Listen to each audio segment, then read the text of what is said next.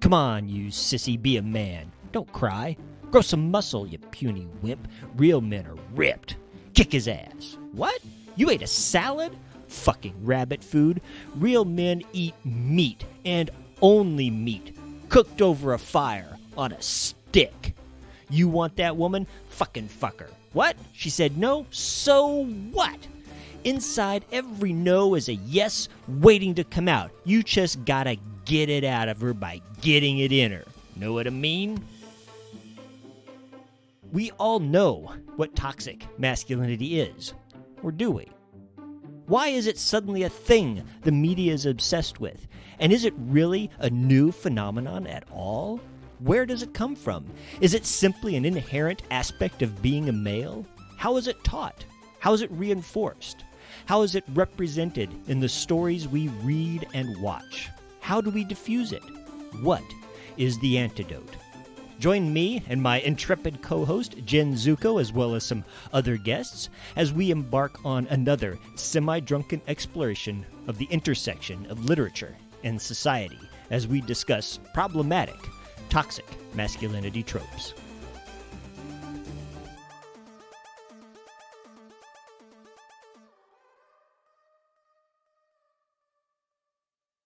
Hi, how you doing? Hi. Hey, great to meet you. That's Paul. Hey, Jenn, I wanted to tell you I'm a high school theater teacher, and you have a performing arts background, and that's super cool. So I just wanted to float that by you. Yeah. Hey. Hey, I just opened a show yesterday, a musical. So. Oh my gosh. Yes. Yeah, my college kids are really not any higher, any like older, really. They're all insane. I'm putting swords into their hands on Tuesday, so that'll be really fun. Excellent. Fun. This is Kathleen Barbara. So, Jenn and Paul. Hi, Jenn and Paul. Hello. Hey. Oh, I have a mute button. So I can choose to subject you to my burps or not, and not make Heather work too hard. I'm sure she won't mind. She gets a big kick out of you. You know that, right? She totally does. Yeah, that was really fun to see her actually on the mic. Okay. I don't have my phone up here. Hold on a second. You sent me. Where is it? Yes, about the article about my subtrope that I'm wanting to add. Oh, no, I was looking for. Oh, there it is. It's a different chat. I was looking for Paul's bio. Yay. But actually, we'll introduce here in a second. I mean, I'm recording now, so we'll kind of roll like slow and easy into it. I don't know. Thanks for joining us, Paul. It's great to be here. Okay. Where's your laser pointer? Right there. I'll see if I can play with her. Looks like we've recruited Kathleen to distract the cat. Okay. By the way, it's just that she's the cat distractor, official cat distractor. That's a good internet job to have. It's what I've always dreamed of, living the dream. Okay. Let me get myself a little centered here. Yeah, we don't record the audio. I mean the video, by the way, you guys. Just so you know. Yeah, Oh, so guests. you can pick your nose and do whatever, but We just look at The light beaming off my forehead is okay. We don't have to worry about that in post. nope. It's glorious. You can navigate by it. Yeah, it's pretty awesome. It's just that we just do this so we can actually look at each other and have a conversation, and then the conversation just sounds. Yeah. Well, It's helpful. we aren't able to quite get the parasympathetic responses that we would sitting across the table from each other, but it's close enough. Well, we have It's the something. line and and We the can see visual. some of the body language. We just don't get to see all the fine detail of like how the eyes twitch and the nostrils flare. Yeah. Yay wine. Yeah. We'll be dealing with all sorts of neuronal systems as we move through this, so it's nothing. Sweet. Okay, you guys are going to be fuzzy for a while, but I'm going to put on my. Oh, I was fuzzy for a while. I left my razor here for like 5 days. Oh, yeah. And so like I was like this 80s girl was not okay. What? I don't think that's what he meant, but it's no. Go on. By being fuzzy? Oh, right. Oh, different kind of fuzzy. Sorry. Yeah. No, the computer's back a little way, and I've got my reading glasses on now as opposed to my bifocals. So, okay. Still haven't had to do that. Give it time. Oh, I'm giving it time. I have trifocals. I didn't even know there was such a thing as trifocals. Wow. I know. Wow. I know. I feel totally one-upped right now. It's not cool. Yeah. Well, it's more like not down-upped. Like, this is like not a good thing. Brian Regan does a really funny bit about that. I don't know. I don't know what you would call it. It's not, it's on a zero upped. Would that be the right? I don't even know. I don't know. I wouldn't know. Okay. No, but Brian Regan does this whole thing about that. He's like, is that an ant? Is that a comet? Like, he does this whole thing about bifocals and trifocals. I forget the actual bit. Any last minute? So hi. Hi. We have, I guess we might as well get started. We have tonight a giant full house. I don't think we've ever had 4 people on the show at the same time. Never. We had 3. The most I've ever done is 3 when I did the bad business thing with Paul and Todd. Right, and we had 3 on our first one of these. Yep, and tonight we have 4. And Jenn and I are joined tonight by 2 new people. It's for those who are listening and don't want to read the show notes. Read them. Not that I ever really do detailed show notes, but I at least put something in the thing. So we're joined by my friend Kathleen Barbara. Hi. And by Paul Bradley. Did I get that right? Hey, everybody. Yeah, absolutely. I had to pause because I knew I was gonna blank on your last name, and I was sitting there looking at it like I just saw it twice. So take a breath. It's all right. You're good. Rather than read the bio that we're going to put in the show notes, real quick, Kathleen, could you tell us who you are? Well, I'm Kathleen, and I have an undergraduate degree in English and theater and a master's in English language and literature. That's exactly the way they read it off at the graduation, and I think it's hilarious. And I'm a high school theater teacher here in Wichita, Kansas. God bless you. I know. This will be fun. And Paul, could you tell us a little bit about yourself? Yeah, absolutely. I am Paul Bradley. Academically, my undergrad was in political science and economics.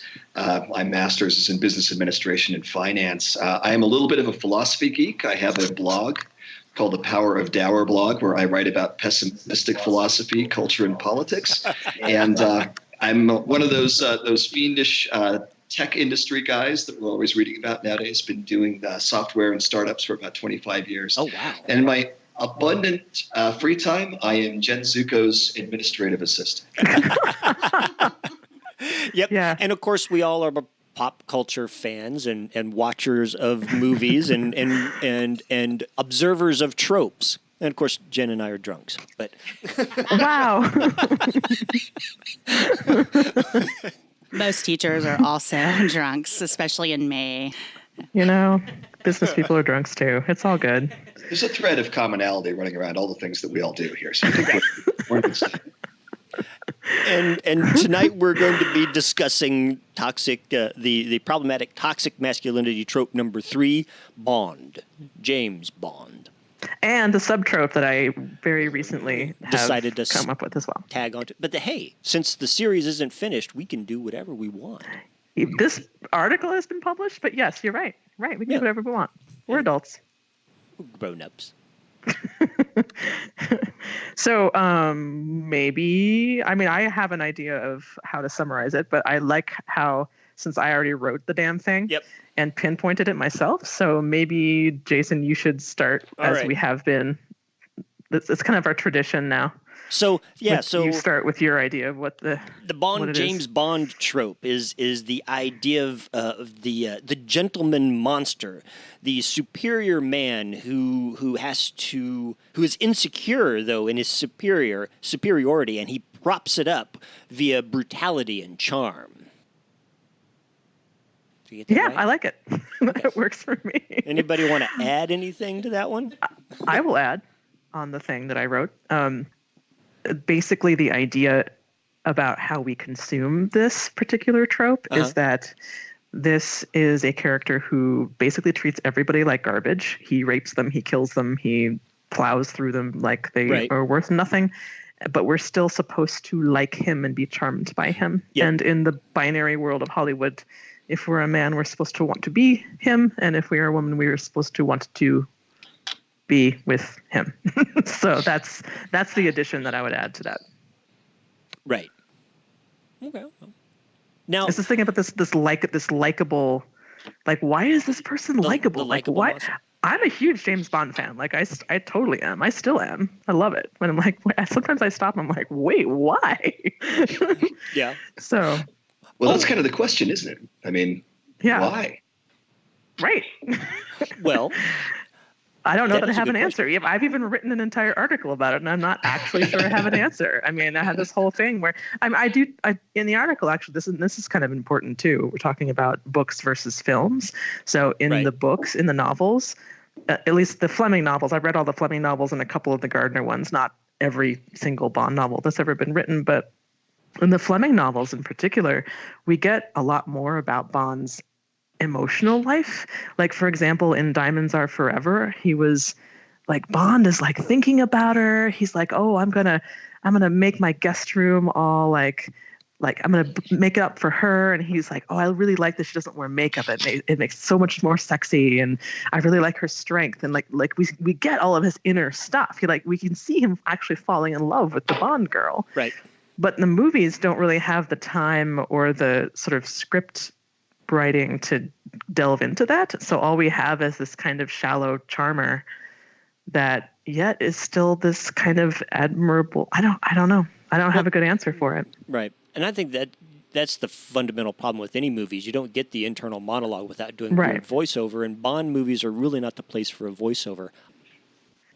Just like all the tropes, it's a matter of paying attention to it and going, oh, wow, what am I consuming? Like, why? Right. And just the fact that I'm even questioning that is kind of nice. Right. As opposed to just being like, oh, James Bond is a really admirable kind of male, and I should look for that in my real life instead of going, this is a ridiculous character, and he's awesome, and I love him. And Daniel Craig has awesome abs. So, like that is can be okay as long as I'm not, if I'm a man, emulating this, like trying to be this garbage to everyone in my life. Right. And as a woman, trying to find someone who treats me like that in real life. So as far as like being, I don't want to say dictated by what culture tells me is something to admire, but I guess I am kind of saying that. But anyway. Well, I think that's actually one of the really interesting things, because as I've watched you work through these various tropes, both the badass female tropes and, the toxic masculinity tropes, part of what's always interesting in that is kind of this tension that you seem to always find between what the trope offers at a superficial level, right? What it sort of suggests as a model versus what it really instructs you to do, or what it really sort of offers. There's almost a little bit of an implied bait and switch. And the Bond character is an interesting one for that. I think in your article, you mentioned the notion of Bond as kind of a perfect gentleman, almost an archetype, of that. And yet below that is this kind of barbarity of behavior. And, for myself personally, I became very obsessed with James Bond when I was about 13, and I spent a lonely incel early adolescence watching every excellent James Bond movie at the time, which was in the mid 80s or so. Right. Every 13-year-old is an incel. I mean, it's no matter appropriately what. So. Right. That's for the. We should give for the the good of community society. a little more latitude. Right? There's an age appropriate insight. right. Oh my God. But I mean, Jenn, I would kind of look back to you. You think about an adolescent man watching the character of James Bond and absorbing what he's absorbing from that. I mean, what is the both the good and the maybe absorbing something not so good that comes with that? Yeah. What is he learning? Right. I think that there's a lot more of the not so good, actually, especially when it comes to this trope in particular. And it's not just James Bond. I mean, James Bond kind of epitomizes it. But I think that Jason Bourne is sort of a version of it. And there's like a bunch of, especially action heroes tend to be like this. But right. I think the whole thing about I'm right, I'm best, even someone who is an authority over me isn't right. Even when I'm wrong, I'm still right, though. Like the whole opening sequence of Casino Royale, just to pull one particular example out of my head, he fucks that whole thing up badly in the beginning. He completely screws it up, and then he breaks into M's house to like talk to her about it. Like that's just all kinds of not good. Oh, the Craig There's version. there's nothing admirable about that, except we're supposed to think that it's admirable for some reason because he's awesome, because he's so good at everything. Sorry. But do you know what I mean? Like he's always right. Even when he's not right, he's always right. And I think that's really dangerous, especially as you said, Paul, like someone who's that young, trying to grow up, trying to find his way in the world. It's like, yeah, you know what? Maybe just listen to your dad, or like maybe just listen to your teacher, or like maybe this person M, who's the head of your organization, maybe you should follow your orders. You know, like I don't know. It's this whole thing about I talk about in the article about the beginning of Goldfinger. Mm-hmm. He literally just steamrollers over at least 5 people before the first 20 minutes of the movie is over. And that includes ruining a woman's car. It includes basically raping another woman. It includes grabbing the keys physically from a maid. It includes, I mean, there's all kinds of stuff. It's like, this is all fine though, because, I was thinking, I was rereading my article again, and I was thinking that the reason that we're supposed to admire him or want to be his arm candy is that it's almost like a means to an end kind of thing. It's like, oh, don't worry, he's going to save the day. So you can trust him to treat the black people like shit and to rape the women and to kill everybody who stands in his way, just like a video game, because he's going to save the world. Just trust him. He doesn't follow rules. He's a loner daddy, a rebel. But do you know what I mean? Like, because at the end, he's going to have foiled the villain, that means that all of that horrible stuff he does to all the people around him is okay. And he ends up proving himself superior to all, which is his whole problem with the trope, is that I'm better than anyone. I'm better even than the people who are better than me.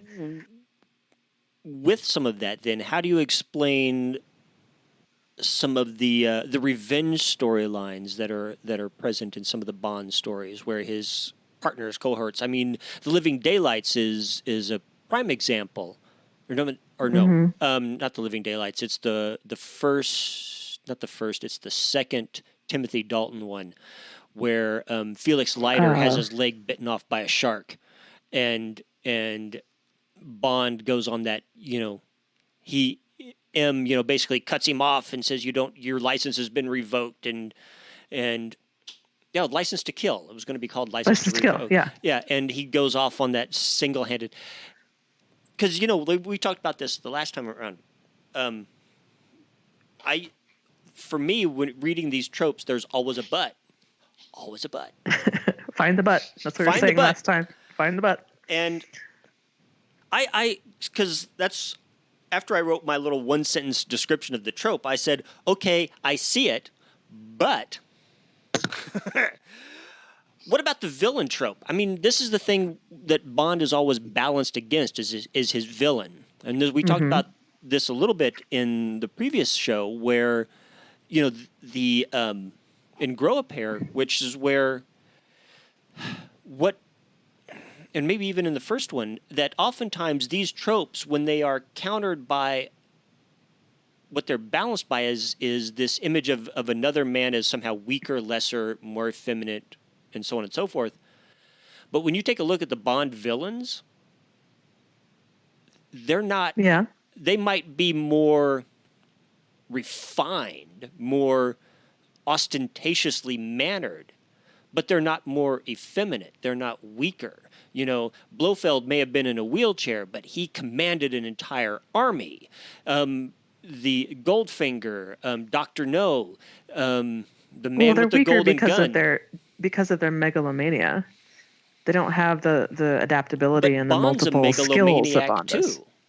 But they're just as ruthless, just as vicious, just as rapey, just as violent, just as strong, just as powerful. Otherwise, they wouldn't be a good villain. You know what I think it is? I think like that Bond. actually the villains tend to have a few more morals than Bond does. They follow the rules. They're more like lawful evil, and Bond is more like chaotic evil. Interesting. Using D&D speak, because Bond. Say more about that. But Bond will do anything to get what he wants. And what he wants is whatever his objective happens to be in the scene. His super objective is always, foil the villain, save the world. But he will do anything. He will do anything. The villains won't do anything. The villains actually abide by very strict rules. The villain in Dr. No isn't going to just rape and kill the Bond girl. No. That's not how he works. He will kidnap her. He will treat them very well. He has this whole thing about hospitality, bringing them to his lair. All Bond villains tend to have this kind of this is a different kind of comedic trope, this over elaborate way of trapping Bond into a situation to kill him. Right. But the Bond villains tend to have codes of conduct that they don't break. I don't know. Goldfinger painted that one girl to death. Yeah, because she violated his code of conduct. He was cheating at cards, but he has this very strict set of rules that he abides by. Right, Bond breaks every single one of the rules. Every Bond villain I can think of has a very strict, and even though they're fucked up rules and they're not good rules, right? He's still within their own little villainy little place that they live in. And their insane egotism, which is, of course, always the case with a Bond villain, right? But they always have a very strict set of things that they won't do. They will. There's something really fascinating there. Actually, do you want to go, Jason? I'll pick up. Yeah. So here's a question that I'm really interested in, Jenn, and let me just kind of riff on this for a second, but I'd love to know what you think. One of the things that I think about with James Bond compared to some of the other male character archetypes that you've looked at. James Bond is explicitly an instrument of state power, right? He's explicitly, in a certain sense, an embodiment of a state ideology. So it's interesting when you remark that and Britishness, but that he's chaotic. He'll do anything, but he'll do anything in service of the crown. True. And there's almost kind of a Zizekian joke somewhere in there about kind of the Groundhog Day. As you move through the canon, right? No matter how many times Bond sails away with the pretty girl, the next movie he always somehow is back at MI6 or whatever it is, and he always returns to that role. So is there something there in terms of how, yes, James Bond sort of has unlimited license. He has license to kill, literally. It's in the nature of the character. But yet that is justified in a sense, or ties in some way to the fact that James Bond is in the service of, or in Her Majesty's Secret Service, that's essential to the character, that he is kind of a state entity. I think a few things about that. One is that, yes, and that's part of what I'm trying to say, that you're saying more clearly about the ends justifies the means. So however dirty he'll fight, it's still for Queen and country. So it's all good. And the villains always are just for themselves. They're literally selfish entities. They only think about themselves. They only care about themselves. But they don't ever seem to fight as dirty as Bond. And that's an interesting thing about how Bond is the ultimate sort of British blunt instrument, I guess. He is a state tool, but he will fight so much dirtier than any of the bad guys, it seems like to me. I don't know. He is often alone, and the bad guys have armies. So why wouldn't the lone guy fight dirtier? And that maybe this is a particularly male, patriarchal, masculine viewpoint, is that if I'm outnumbered, and I'm still the good guy, or think of myself as the good guy, and I'm outnumbered, I'm going to be a whole lot more vicious than the 60 guys I'm facing down. Yeah, but that's not he's a spy. He's not the head of an army. He's not a general. So his whole series of tactics is going to be different. Yeah. But I think that's kind of the interesting thing. If you frame Bond in terms of ideology, right? If you frame Bond in terms of, because I'm a politics guy. I mean, that's a lot of what I write and think about. I think what you said about the ends justifying the means becomes really interesting. And again, I go back to my 13-year-old self, right? Receiving the spoken and unspoken lessons of James Bond, right?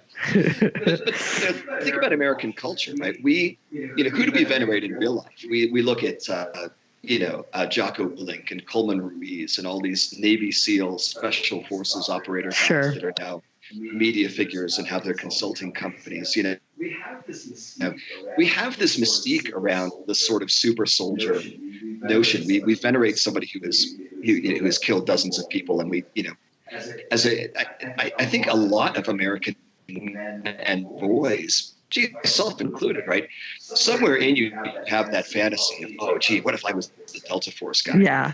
James Bond is that SAS operator turned into the spy. He's no longer operating as part of a military unit. He's operating, as Jason pointed out, as a lone wolf. But his position as a representation of the dominant ideology gives him this kind of license. Well, just at the very beginning, talking about why do we gravitate towards Bond? Why do we approve of him? I think that part of it is that we he works for the state, but he's this loner, defeating all of these people, and he's got all this confidence. And I think that we like to see the one guy. Maybe he's part of an entity, but he's able to get away with all this stuff. He's able to break the rules, and eventually he'll get approved. And I think we like seeing the loner do that. I think that's part of the reason why we like him. Yeah, he doesn't mindlessly break the rules. He actually he does them in a way that makes him succeed even more than his superiors are telling him. Right, and there's poetry and romance and being a loner that can do that has that confidence and that success. So I would again bring up to question all this right up until you kiss the girl until she likes you. Yeah, you kiss her until she likes it, right? Or all this basically trail of destruction he leaves behind him, right? Well, yeah. I would like to leave a trail of destruction behind me, but that's for other reasons. Okay, so let's talk about that. I'm going to go in the other room just to see if this mic thing could be solved doing that too. My mom was in love with... But yeah, so tell me about that though, Jason. Is that an actual male fantasy though? To leave a I'm not even I'm partially joking, but do you know what I mean? Yeah, I know what you mean. And I think part of the reason that the Bond trope is so appealing to guys, why that is because in real life we do feel, even though we are the straight white male, we're at the top of the patriarchal pyramid. There's a certain amount of vulnerability that we're either conscious of or consciously trying to repress. And the idea of Bond being able to, get the girl, defeat the enemy, be ruthless and come out on top, that has a certain kind of appeal. By himself. Because there's, if you try to live up, by trying to live up to that ideal, you're shoring up exactly what you've identified as being the problem with Bond, that he is fundamentally insecure in his superiority, and so he has to put it on display. There's a fear of vulnerability within that, and that resonates with mortal human males because we all have a fear of vulnerability. That's been conditioned into us by the patriarchal environment because vulnerability is not masculine. Right. Well, and it's interesting to think about the notion of, being an alpha male, being at the top of the stack is itself a very anxiety-producing state, right? And Bond sort of shows something that you can't really achieve as a human, which is to be in that place where you've bested all the rivals and you've risen to the top of the baboon troop, but you're also completely cool and you're completely chill and comfortable in that place, right? Which isn't part of the primate experience, much less the human experience. The only reason I want to be a baboon is that bright red ass. I mean, don't we all? Well, that's the beautiful thing about baboons is that, there's no mystery to baboon sexuality. The bright red ass shows up, somebody's fucking, Well, I was talking to Jason earlier about James Bond because I read your article and it brought back all of these kind of my memories of James Bond, and that my older brother watched some of the movies first, but my first James Bond was Roger Moore's James Bond, and I really loved Roger Moore as James Bond, and my brother informed me that was the wrong James Bond to like. Right. That Roger Moore was the pussy James Bond. He was the James Bond that was not as ruthless, not as strong, and the right Bond to like was Sean Connery's James Bond. But when I watched Sean Connery's James Bond as we're talking a preteen, 12, 11, 12, maybe early teenage, 13, he scared me. I didn't think he was, I was scared of him. He seemed as bad as one of the villains, So I think that's very interesting. Moore, yeah, it is. Because Roger Moore, I'm sure he did things that were just as bad, I'm sure. But to me, he seemed to be the kind of, he seemed like a gentler, kinder, more debonair, more charming, that he wouldn't hurt you as much as Sean Connery would. You know what I mean? Like that I could actually manage a conversation with Roger Moore, but I would just run away from Sean Connery's James Bond. But my mom would always be she'd say she wouldn't care, or she would imply, she didn't say this outright because it was the 70s, but she would imply that she wouldn't care if she died the next day if she got to have sex with Sean Connery. That would be perfectly okay. So what is it about Sean Connery that would make a woman in her, I don't know, late 30s in the 70s say that? Why, but she didn't have the interest. Yeah, she also thought Roger Moore was the pussy James Bond. He's a lot more arch, and they had a lot more sort of comedic situations with Roger Moore. And and that's what I gravitated to at that age. And I thought the Sean Connery was cruel and he had dead eyes, and I didn't like him as at that age. Yeah, I didn't think he was sexy or hot or anything, but my mom, had this visceral reaction to him. So he's on her bucket list. I know. Well, that's interesting, though, right?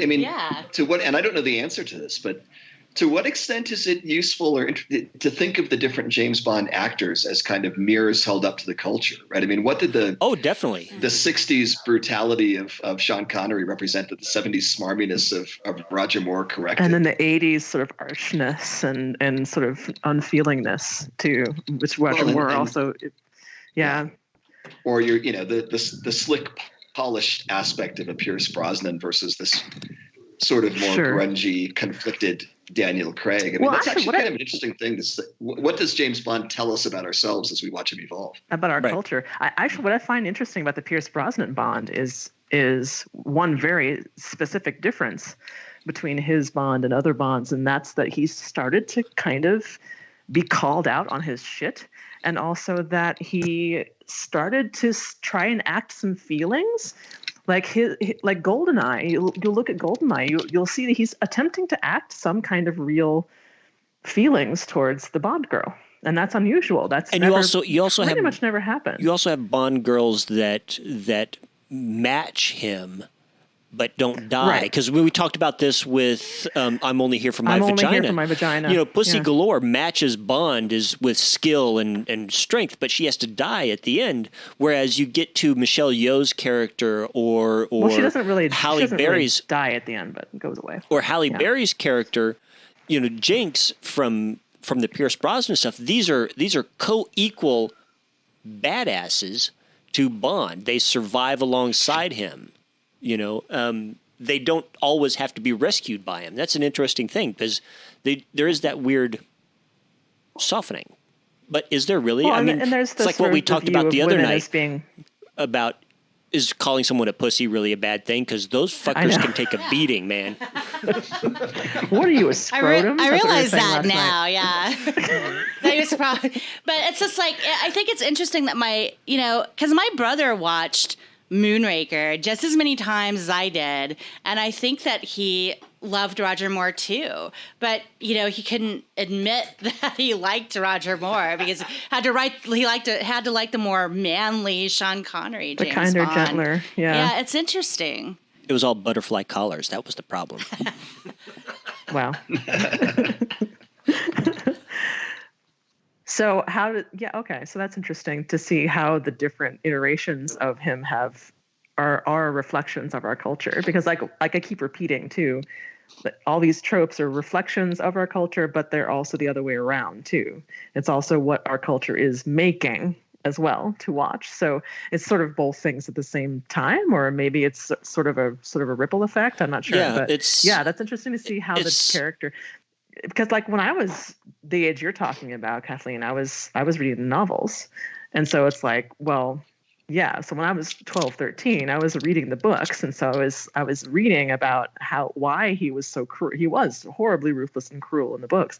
But like you can see his whole journey, like about why he makes the choices he makes. And he has horrible ideas about racism and misogyny. He's totally misogynist and completely racist. But so how is that being now retranslated over and over throughout the evolution of our culture? And it is still, I would argue that it is still a problematic trope. Oh yeah. But it's changed a lot over the years. I mean, look at Daniel Craig's Bond as compared to Sean Connery's Bond, and they're both super hot. They're both super cruel. They're both super cold. They both have a lot of the same characteristics that we learn about from the novels Bond. But man, are they just iterated differently? Yeah, they kind of give Daniel Craig's story arc as Bond has some there's some attempts to give him a reason to be that ruthless, right? There's this in order to get his license to kill, he has to first kill someone, right? That was the whole point. Right. And that whole scene right there, that scene, unlike a lot of other Bond fight scenes, is reminiscent of that Hitchcock fight scene from some movie. I can't remember what it was, but it was where Hitchcock, had these actors film the fight scene in such a way that it took 2 minutes. It was one of these long, drawn-out, single-shot type of fight scenes. And he wanted to show somebody how difficult it is to kill someone with your bare hands. Yeah. How much time and effort and energy it takes. And that fight scene that Daniel Craig has when he becomes, a 007 agent, that's filmed in that same fashion to kind of show how difficult it is to actually kill someone. But it's also super gritty. It's like a gritty style that's much more in style from that time period too, though. Like it's all kind of a style thing too. I can say that as someone who works in that particular field. It is very much coming out of the sort of Jason Bourne, not having that many ridiculous cuts in the fight, but like there is a certain style, almost like a dance style too. That's just also. It was sort of an announcement of intention for the film, right? I mean, it was a way of opening up with, hey, we're reframing Bond in this very much more gritty, grungy, sweaty way. Check this out, right?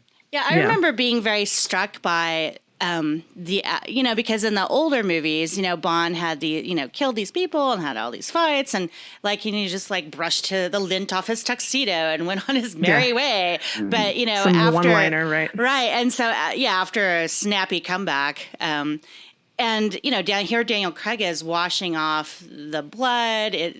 The sink is bloody. He's all banged up, and I just remember being really struck by that the first time I saw it. So. I mean, definitely the reframing and just the way the bodies are portrayed differently, because I think the first thing you see is him in a little bathing suit and not much, in the old Bond movies, there are bikini clad women everywhere. But in Casino Royale, there was a little bit, but you mostly see his body. And at one point he's almost completely naked and it's not sexual. He's being tortured. Yeah. So it was just way different. I actually think I still kind of go back to that notion of, I'm a little bit obsessed with this idea of James Bond almost as kind of a political figure, as kind of an ideological archetype, I can draw a little connection there of how James Bond gets reframed over time to how that sort of, if you thought of that as a political message, right? Saying, hey, in the service of God and country, anything ultimately is permitted. And by the way, if you can achieve this warrior status, all of these rewards and beautiful women and endless sex and honor, kind of accrue to you as a result of this. But you think about, by the time that the Daniel Craig Bond appears, at the end of the day, it's an American film for an American audience that's been at war at that point for 12, 13 years, right? Right. It is this almost kind of, let's deliberately ground, if you thought of this in quasi-conspiratorial tones, and I don't mean to suggest that that's how it's made, but if you almost ground the character in, we're getting really bloody. We all know this is actually kind of grungy and ugly, but hey, it still applies, man. You can still be cool. It's a little uglier than it used to be, but you can still be a badass warrior. You're still a hero for supporting the government or the cause, God and country. Yeah. I mean, Jenn, you drew in your article, right? You made a very interesting parallel with Bond. Sort of the British Bond is kind of a symbol of the colonial ideology, the colonial rule. Yeah. I think it's interesting to kind of think of how that evolves through the various Bonds over time, and how that portrayal of violence in the Bond franchise evolves over time in that sense. Yeah, it's interesting. It's very imperialist in the older Bonds and in the novels as well. He's taking over his environment in a lot of the same way as the colonialists or imperialists would take over, like the old British, totally rampaging through India and all that kind of thing. It's like it's literally from that kind of tradition, I think. So, I'm sorry. Go ahead. No, it's okay. So here's an interesting thing about that. So I was thinking about that today as I was, kind of mentally preparing extremely poorly for this podcast. But all you need is wine. All you need for this podcast is wine. That's seriously.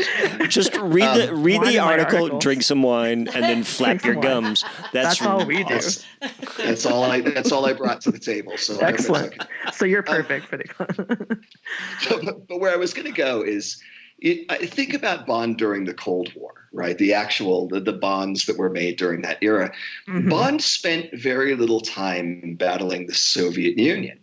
Even when, and I forget which movies, but there were a couple where he dealt with Russians, but he was still usually dealing with rogue generals and figures who had, gone off the reservation, even within the Soviet system. I was thinking GoldenEye in particular, yeah. Yep. So Bond was rarely ever framed in terms of like an anti-Marxist kind of message. Back to Bond villains a little bit. Bond villains were always sort of ideologically driven. I agree. They almost always had a sort of a cogent, if warped, ideology of their own. Right. But they were almost always sort of individualistic outliers. And Bond was almost always, in a sense, however chaotic it may have been, kind of a regulator and bringing people back into the normative structure. That's interesting. So like a contemporary Bond, then, like a Daniel Craig Bond, he sweeps through and destroys everything in his path, but it's not quite as pointed as, say, going through Dr. No and using the black people as tools and looking at in the novel, it's this horrible like term for a mixed race people of both Chinese and black ancestry. And it's very pointedly destroying like them and also women. So is it almost more like just everybody now because it's such a global society? I don't know. I think I wonder if it's not so much about wanton destruction as it is about, however destructive Bond may be, he always restores the system. Right. Right. Yeah. He saves the day. He restores order, and that's because he restores not just order; he restores the order. Right. He restores sort of the order of the society, the cultural model of which he's a part. Right. And oddly enough, because the villains have order too. Well, they have their own order, and it's about redoing and order. That's the point. Yeah. Right. Right. The villains have a non-normative order. They have an order that deviates in some meaningful way from, Her Majesty's government, from the rule of law, from however you want to frame. And by the way, I don't pretend to understand what Bond's ideology is, right? But, I don't know that Bond has an ideology. He's directed by the political ideology around him. That's Queen and Country. Well, yeah, but that's what I think, Jason, you just said better what I was trying to say earlier when I mentioned Bond as an instrument of state power, right? Bond isn't really, I think you made a really important point there. Bond isn't ideological at the end of the day. Bond is, however much he may strain against the system or nominally appear to rebel, Bond is a tool. I mean, he's an instrument. He's a weapon, not necessarily a thoughtful human being. And he restores the order of the system that he serves in the resolution of every narrative. And he's willing to do what the system is reluctant to do because the system has to ultimately answer to, the populace. And the populace does not want to see that kind of ruthlessness. Well, and the state has to abide by its own rules, too. Well, yeah. And he doesn't necessarily. Seem to. And right. So the thing that kind of struck me as I was reading this essay, and I was hoping I would get a chance to bring it up because I think it's really, really important to this particular trope, is that we see a different version of this same trope in the Serenity movie. Oh. The character who goes after Mal and the crew of the Serenity, in that the monster, the person who's supposed to bring River back, he is a Bond type. He is this type of character. He's better than everybody else. He's superior. He's strong. He's there in service of the state. And what you have going on in the Serenity movie is basically Bond losing. Right? Yeah, because the state fucked up so bad, and we realize how. Exactly. What you're seeing there is kind of an interesting antidote to the James Bond trope, is this realization that whatever it is that Bond is supporting, whatever that trope is supporting, the ideology, and in this case we can say that the broader thing that the Bond trope is supporting is the patriarchy. Sure. What we're seeing is a way of defeating and countering that thing. And in that case, Mal, even though he is morally superior, he has to be as ruthless.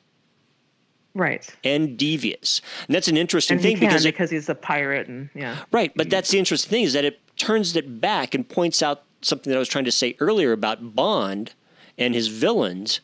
The villains to Bond are not effeminate. They're not demasculinized. They are mirror images of Bond, but they have different foci, if you will. Bond is in service of the state, and the villain is in service of himself. No matter what his morality or his set of rules are, he's in service of himself. Bond is in service of something other than himself. Yeah, true. Right. Which is what makes him the good guy. Yeah. And it's interesting you bring up Mal and then Serenity, which is that Mal is a pirate, and so he is only in service of himself, but he's the good guy. Right. There's a way to be in service of yourself that is good. There's a way to be in service of yourself that's bad. There's a way to be in service of the state and be good. There's a way to be in service of to be in disservice to the state and be bad. The problem is finding that morally solid ground to stand on. And to write our characters better. We were just talking about, I think the first few tropes we've been talking about, Jason, we've been talking about antidotes to the problematic tropes, where we're not really finding good antidotes to the female ones, but we're finding antidotes to the male tropes. Right. I'm wondering if Mal might be a good antidote to the James Bond trope. Oh, absolutely. In a certain way. And actually, it's funny that you bring up Serenity, because that assassin character, he appears in the last episode of Firefly too, doesn't he? And doesn't he talk about that? Doesn't he he has all these long monologues that he goes through. A version of the assassin character shows up in the last episode. It's not the same guy. It's not the same guy, not the same actor, not the same motivation. He's a bounty hunter, whereas, and God fuck it, I cannot. I know that I can picture the dude's name, but I know I can't say it right. The British actor who plays that assassin in Serenity. Oh, yeah. Okay. No, the assassin is a different person than the right bounty hunter initially. Okay, he was the star of the movie Kinky Boots. If you haven't seen Kinky Boots, fucking watch Kinky Boots. Kinky Boots is fucking fantastic. Find that movie, watch it. Okay. The same actor who plays the assassin in Serenity is the star of Kinky Boots, and he's a cross-dresser in Kinky Boots, and he is fucking wonderful. I wish I could pronounce his name, but I love him. So when I saw him, Eliaway or something like that. Yeah, and when I saw him do the villain in Serenity, I was shocked. But he is a fantastic actor. He is so fucking good. And you have to watch him in Kinky Boots. People were actually looking at him. Funny, I'm going to bring that back around. Oh, he's pretty. People were looking at him. He's pretty. To play Bond. Yeah, he's pretty. They were wanting him to be the next Bond. Him or Idris Elba. I have literally been practicing how to say that actor's name, and I still can't remember how to say it. What, Idris Elba? Like I think it's Chiwetel Ejiofor. I know I messed it up. Ejiofor. Yes, but I feel so bad that I can't pronounce his name because I love that actor, and so I practiced it, and now I can't remember how. Maybe because of the wine. I don't know. Yeah, it's the wine. It's the wine. Everything can be blamed on the wine. I think it can be. You better give me some more so I can really blame it. Well, this is really fascinating. There's a lot more that I actually want to go back and write about now because this is all very I'm interestingly looking at reflections of the changing nature of imperialism through watching James Bond change the characters. You know what's funny though is that Mal and the whole Serenity thing being an antidote to Bond comes from a straight white man who was thought at one point to be a champion feminist and turned out to be, a douche. Mr. Whedon. And so that brings up a problem we talked about earlier before. Mm-hmm. For straight white men. Before. Well, we had talked about it before, about how it is that straight white men, we've been put in this incredibly narrow, tight, confined box. Yeah. And if we try to step out of it, we have to be perfect in this current iteration of our culture. And if we're not perfect, we get smacked around for a mistake. So you go back in the box. That's not to say that Whedon didn't make a huge mistake that deserves to be smacked around for, right? I mean, that appears to have been a multi-year long symptomatic problem with I'll cast you in a thing if you sit on my couch and take your pants off type of thing. And that's not quite like I'm a feminist champion and I phrased a question wrong type of problem. That's and you got your ass kicked, right? But what you were saying though too is that there's no elbow room for fucking up, right? But what's interesting, you guys are having this conversation and I'm thinking, well, Bond doesn't get to fuck up in that dimension. I mean, Bond can't fuck up in that dimension, right? I mean, does that bring it back a little bit to the Bond fantasy, right? Bond is a straight white male with no box. Bond is a straight white, lots of boxes, but any box he likes, really, right? Bond is a straight white male who isn't. Oh no, he has total box. Behavior. He has a complete box. If Bond, whenever Bond actually cross dresses, I think it's only happened. I don't think it's ever happened once. He's been in disguise before. Wait, what? But you know what I mean? He can't. Bond is in this very, very strict, straight white male imperialist capitalist box. I was referring in terms of his behavior vis-a-vis women, right? Right. It's very difficult for Bond to exceed a behavioral limit. Although you're right, he's very strictly defined in terms of his identity. Yes, that's what we mean. It's you Bond commits all kinds of monstrous acts, but he can't. If he ever was in drag for one moment, it would be not his character. I'm so amazed by how we got to Bond and drag. I really I don't know where it's going to lead. If the next Bond is a woman, would that be considered Bond in drag? I don't know. I have no idea what to think about that. Yeah. Shocking wine question. Yeah, I know. The only way that could be more profound is if we were all high. No, I'd be asleep. You just see me sleeping on the bed here. You would have no feedback from me whatsoever. I would have audio of gentle snoring. It would be very soothing. Exactly. Yeah, that sounds nice. Jen took an edible, so we're all listening to her commentary through snores. It's like Morse code from the beyond. What are you dreaming about, Jen? Jen's somnambulant ASMR podcast. That's great. Oh my God, I love it. It's never going to happen. And why has there never been a James Bond ASMR video? These are the questions that shape our lives. Can I talk about this? I just killed the conversation with that one. Let's move on. No, you didn't, because I'm just trying to, You're going to move on that?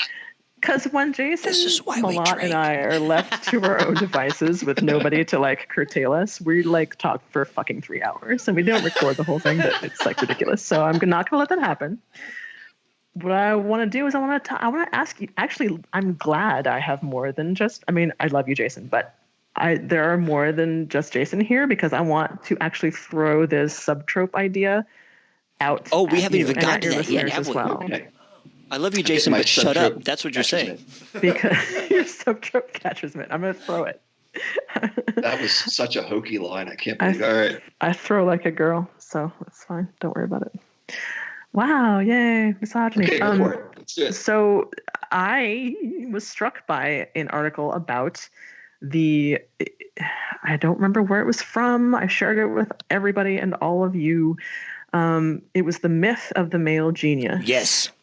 And this is something that I have noticed quite a bit. And I noticed it again, and I read this whole article, and I was like, oh, crap, here's a trope that I totally forgot about, because it's absolutely a trope. And then I thought, well, wait, maybe it's because I'm very about my numerology. I don't want there to be 8 problematic tropes. I need there to be 7. So in my warped brain, I was like, so maybe this is the subtrope to something that I've already written about or have already come up with. And I realized that this is a subtrope of the James Bond trope. And basically, the reason why I came up with that is that it's the same kind of idea, which is that this is a man who is considered superior in every way, and he breaks all of the rules and is completely a monster to everyone he's around. In particular, in the male genius trope, he tends to be sort of a rapist most of the time. Like, it's the sort of like English professor sleeping with his students kind of thing. It tends to be kind of like that mostly, but it's the same kind of rhythm. It's this, I am so superior because I am such a genius, because the ends, again, I can't believe I didn't come up with this phrase before when I was writing the article, but the ends justifies the means. So I am a genius. The art that I produce is so phenomenal, so amazing, so groundbreaking that whatever I do as a person is okay, or if not okay, it's going to be pardoned or it's going to be overlooked, because that doesn't matter as much as the art that I produce. So in James Bond's case, in the Bond James Bond, it's, oh, I'm going to save the world, so don't worry about the people that I've killed and people that I've raped, because I'm going to save the world. In the male genius trope, it's the subtrope to this because of that same thing. Don't worry about all the people that I've raped, the people that I've destroyed. It's because it's the of this same art. trope, but without the violence. Well, there is violence. Well, count rape as being violent. Yeah, that's what I just said. It's without the murder. It's not It's not as imperialist. It's the same trope without the murder. Government sanctioned. Does that work? The same trope, but without the murder? You're right. Right. It's still about dominance and violence, but nobody dies in the... Yeah. Right. Okay. The state monopoly on legitimized violence is not part of this equation, right? But violence of various types may still be part of it. I think you're absolutely on to it. I think it's very much a commonality. Yeah, no. And something else we noticed, because when Paul and I were talking about this the other day, this trope explains Sherman Alexie. It explains, who's that other writer who did the Joss Whedon? Joss Whedon. It explains the guy that wrote that book, Oscar, whatever fucking something of Oscar Wilde or whatever. What was his name? He was oh fuck, who was that? Oh, that one. What? Of course, it's on the tip of my. It's on the tip of his Oscar Wilde. God damn it! I got you. Nope. Kathleen will look it up. Well, and it's the Woody Allens, and it's the But here's the thing. Yeah, but here's something that Jenn and I were talking about. Bill Cosby. I'm really interested in this. We're talking about Bill Cosby. But here's the thing. What do all those figures have in common? They're all real people. Yeah. And that's something I think is really interesting. Right? Most of the tropes are about literary figures, fictional Juno characters. Diaz. This is one that we say it again. Juno Diaz. But this is one that seems to be reflected in real life. At first, I thought disproportionately. Jenn made a good point, though, when we were chatting about this the other day, which is that there's actually a whole big swath of film and culture that celebrates these characters. Right. Which is that, it actually kind of comes back around to Jenn's common theme of tropes. These may not be fictional tropes, but they sure as shit are tropes and a model and a template for film and a template for biography. The Doors movie, the Jackson Pollock film with Ed Harris, Modigliani, right? I mean, Sid and Nancy. I'm old, so those are my examples. But there's a ton of notions of Jason's where old we phenomenally celebrate the destructive male genius. Yeah, and I was actually saying, in addition to that, all of that, which is totally legit, I was also saying that, yes, these are real men, but you were talking about biopics, I think, in particular, because you were talking about movies when we were talking about this subtrope the other day. And I was like, well, yeah, they're biopics, but then these real men have become characters then. Like, we don't know who Van Gogh really was. We know the character Van Gogh, though, real well. Yeah, because we have to take into account that anytime we take a real person and we then, not directly, not intentionally, not purposefully fictionalize them, we archetype them. Hemingway is an archetype, We legendarize Fitzgerald them. Legendize them? Legendize them, Legendize them. We mythologize them. That's the word you're looking for. We mythologize them. And by mythologizing them, we turn them into archetypes. And by becoming much better. That's what I'm here for. I recently decided to describe myself, as like, I drink and I know things, which is a ripoff from the Tyrion thing. Because I really am a midget. So that's wrong. We're going to get mail. 6'2". You're 6'2". 6'1". And I'm shrinking. I'm actually... Oh, sorry. Okay. I'm shrinking. I want to know about your shrinkage. I'm shrinking in so many ways. That's just because I'm here. But my point is they are still tropes, even though they're real men. Right. Because they've made them into characters. They occupy the same cultural space as fictional characters. They function in our culture in the same way. Right. Just like Napoleon is a good shorthand for short men with huge egos, Short man syndrome, yeah. Short man, Napoleon syndrome, yeah. Yeah, well, when you mentioned the male genius, the first fictional example that popped into my mind, I don't think he is as toxic and destructive as some of the other ones, was the BBC Sherlock Holmes. So I think he could possibly be an example of that subtrope, possibly. Because, the one with Cumberbatch? The one with Benedict Cumberbatch, where, he's not as toxic, but he is, very rude and short and antisocial and all of these other things. But everybody kind of forgives that because he's this genius. Yeah. Right. And so I'm wondering if maybe he fits into that subtrope, because we mentioned all these real examples. I'm like, well, what are some fictional film examples of this? Yeah. Well, you've struck a nerve there. If you don't yet know, because Jenn is actually a major Holmes scholar. Oh my goodness, I didn't know. Oh crap! A ton about all of the Holmes. Oh dear. Okay. Jenn, I'm sorry. You should comment on that because, Sherlock is never a sexual predator. No, there is something there as far as the license he's granted for poor behavior. Yeah. Right. That's what I was just thinking that too, yeah. So. That's just and the first thing that leapt to mind. Especially in the BBC iteration of the Cumberbatch one, I think even Watson says to Lestrade in the very first episode, doesn't he? Oh, here I am being the nerd. Hi, thank you for calling me out on that. I think in the first episode, Watson turns to Lestrade. You said scholar. Nerd, scholar. What's the fucking difference? Watson just at the crime scene turns to Lestrade and goes, "Why do you deal with him?"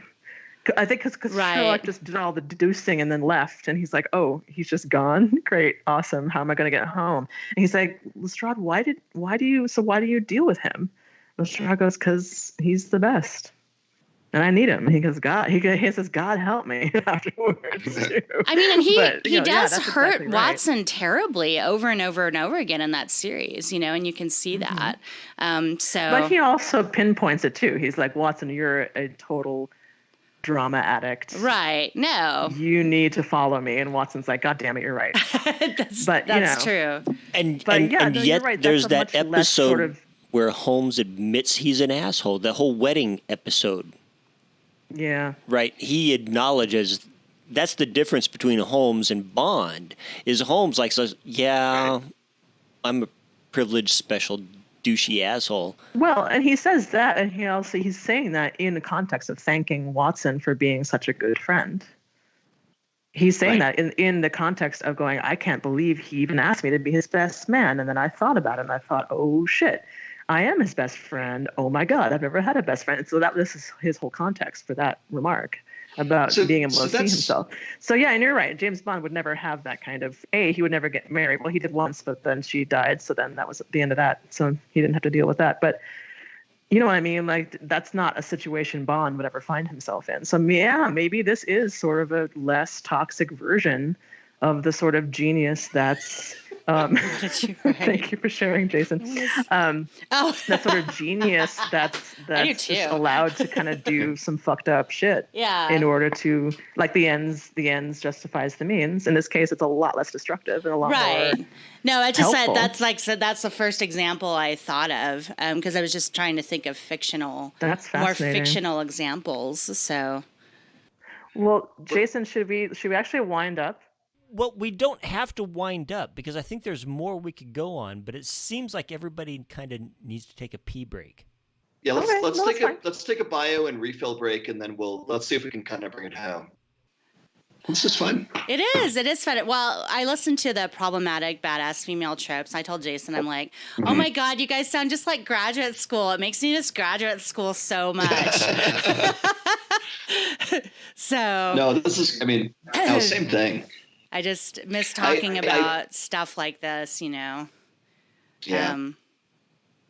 Personally, I work in a very sort of kind of anti-intellectual milieu. I work with all these kind of software startup-y, hustler kind of people in my day-to-day life who are smart people, but it's kind of like you want to talk about, pausing to explore a difficult subject is not a thing that happens in my normal world. So it's really, really cool and refreshing. I mean, I wouldn't call my environment anti-intellectual, but it certainly feels like it sometimes when you're trying to talk to some of these high schoolers and all they can think about is, I don't know, I can't wear these paint clothes because there might be cute boys in the hall. I'm just like, what are you doing? Stop it.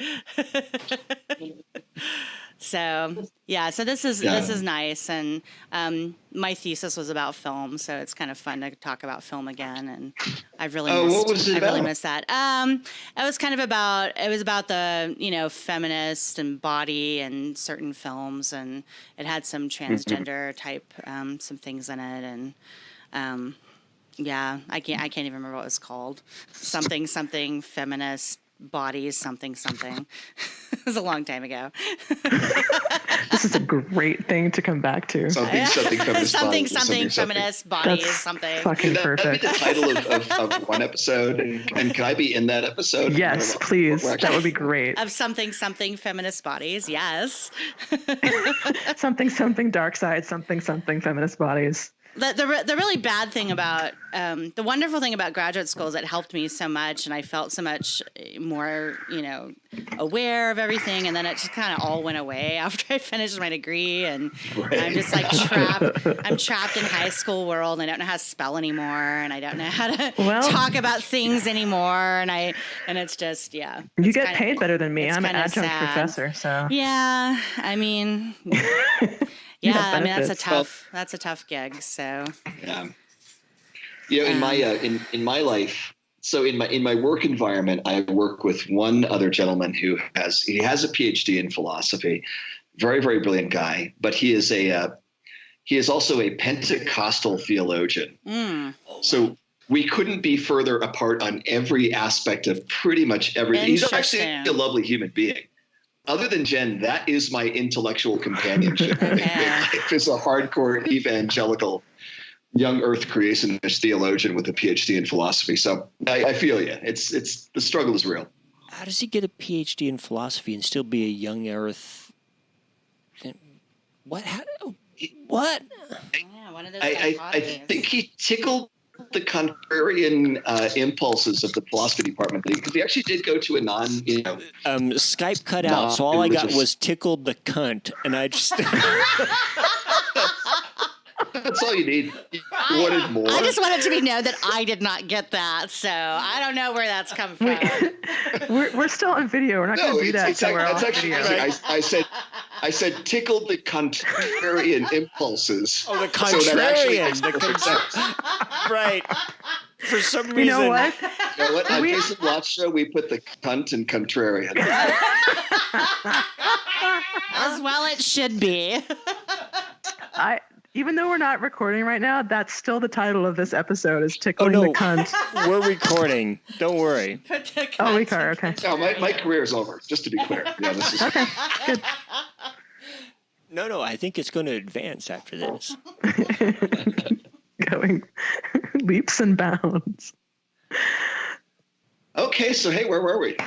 I miss Where you, indeed? Jen. Jeez. Well, so I think we've teased out a couple of really interesting things, and I'm zeroing in on two at this stage. We've been talking the last few minutes a lot about kind of self-awareness, right? And does Bond have self-awareness? Self-awareness, yeah. Self-awareness. And we've talked a lot about Bond as an instrument of a power structure. Bond as a being part and parcel, kind of a means to an end. And intention, not just the violence, sways of violence, but the intention behind them. Right. So, I mean, I think actually this is, again, like Jenn, when I read your work, I always get really enthralled by the idea of kind of the bait and switch, right? What does the trope superficially promise versus what does the trope actually deliver?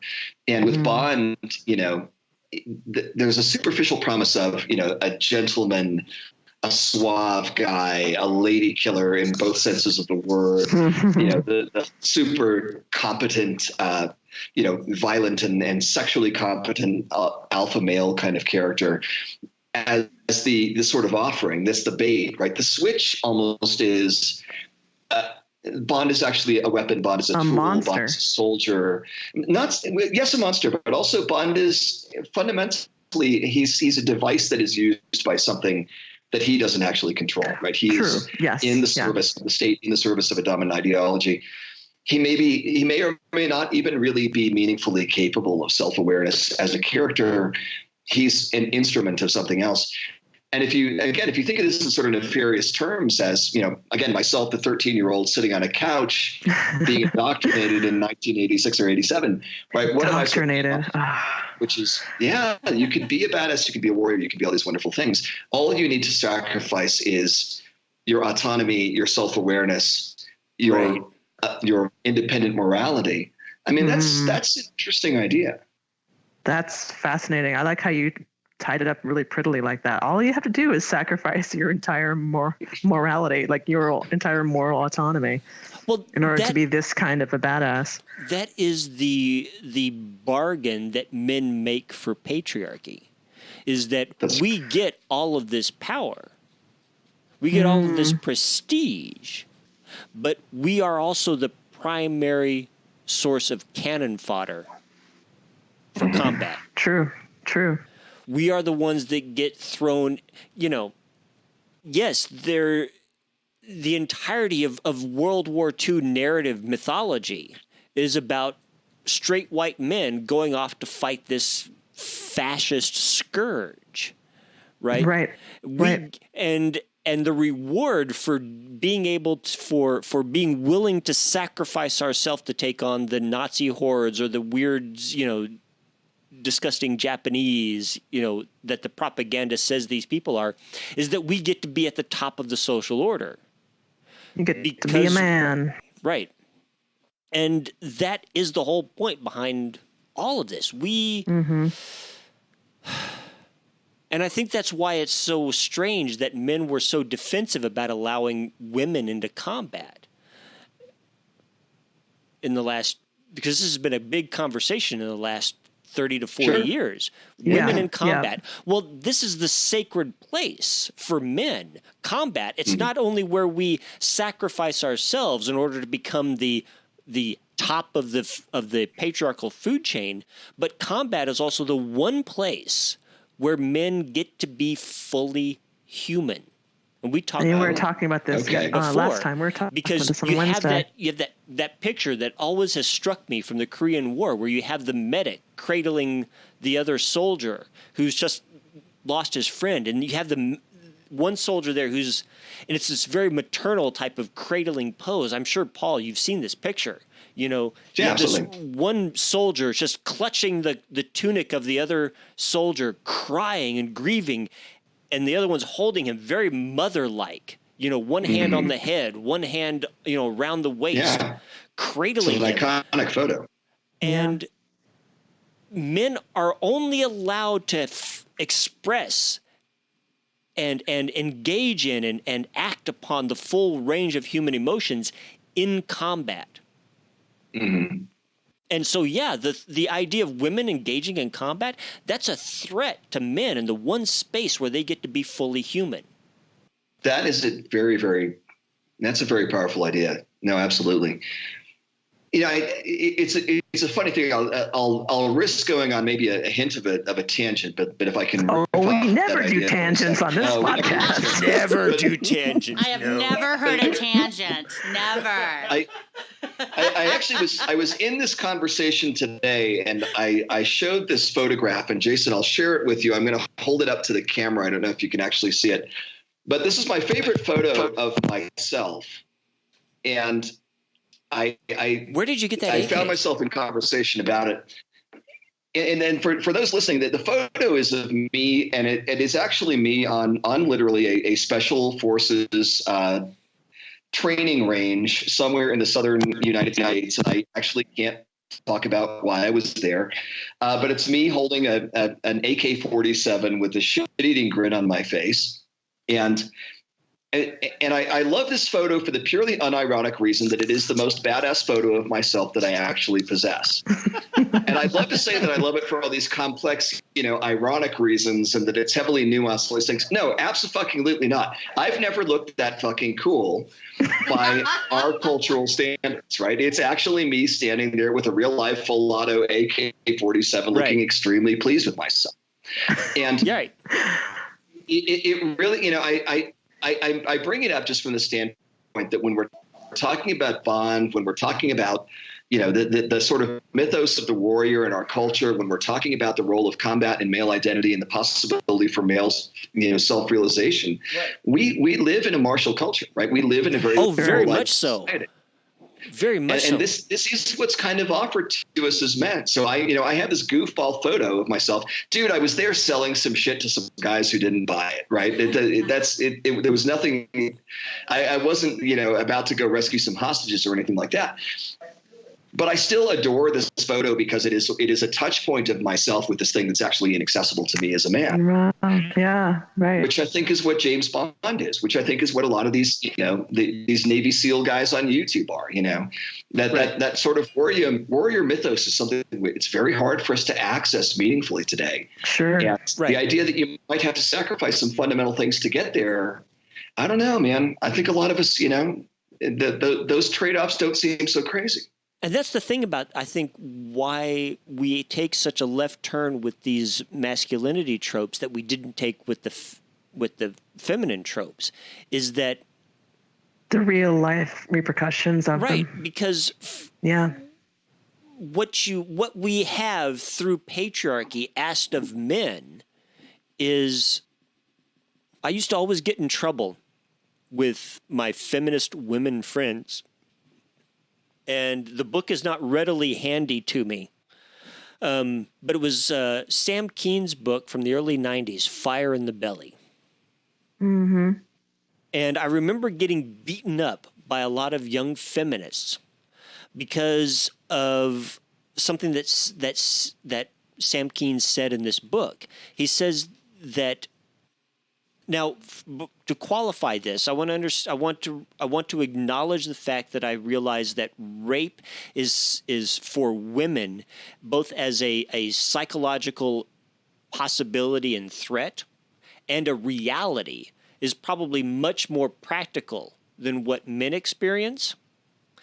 But the same principle, the same dynamic applies.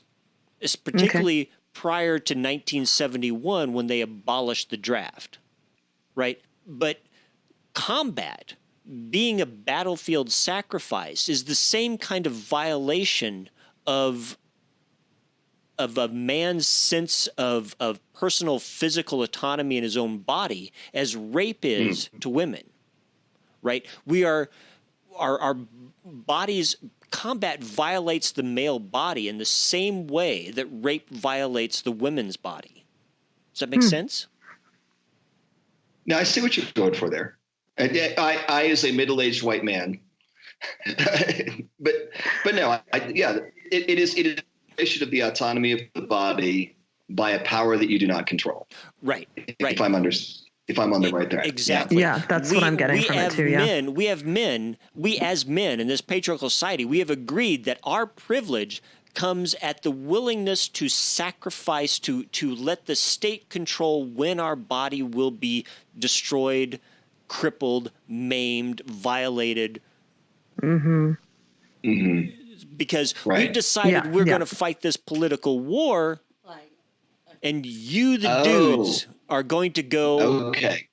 And rape is some dude has decided that this woman's going to, provide him, a sense of his own power, a sense of his own control, a sense of his own, sexual fulfillment, all this myriad of things that rape represents. That's this controlling power coming in and forcing itself upon the woman.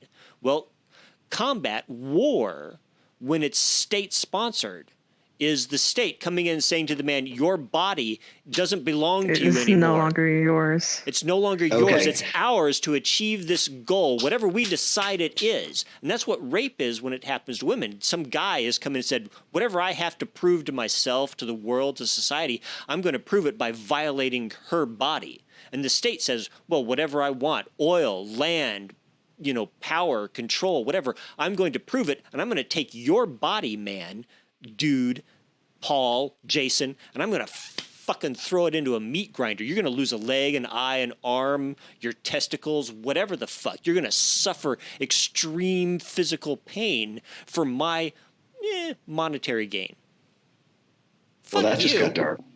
That got really dark. Yeah. Okay, but hang on. I want to bring that back to Bond in what I think is actually a really interesting way. And Jen, I'd love to hear you weigh in on this one. So here's something really pivotal about that. My jaw's dropping. Because when we think about the draft pre-1971, and Jason, I agree with you, or even more so when we think about the volunteer military that we've had in the United States ever since then, right? We're starting to talk now about class. We're starting to talk now about socioeconomic strata as a dimension of the control that you have and can expect to have over your own physical body. Right. Now, let's consider Bond with some interesting wrinkles in the later Daniel Craig films where this is played with a little bit.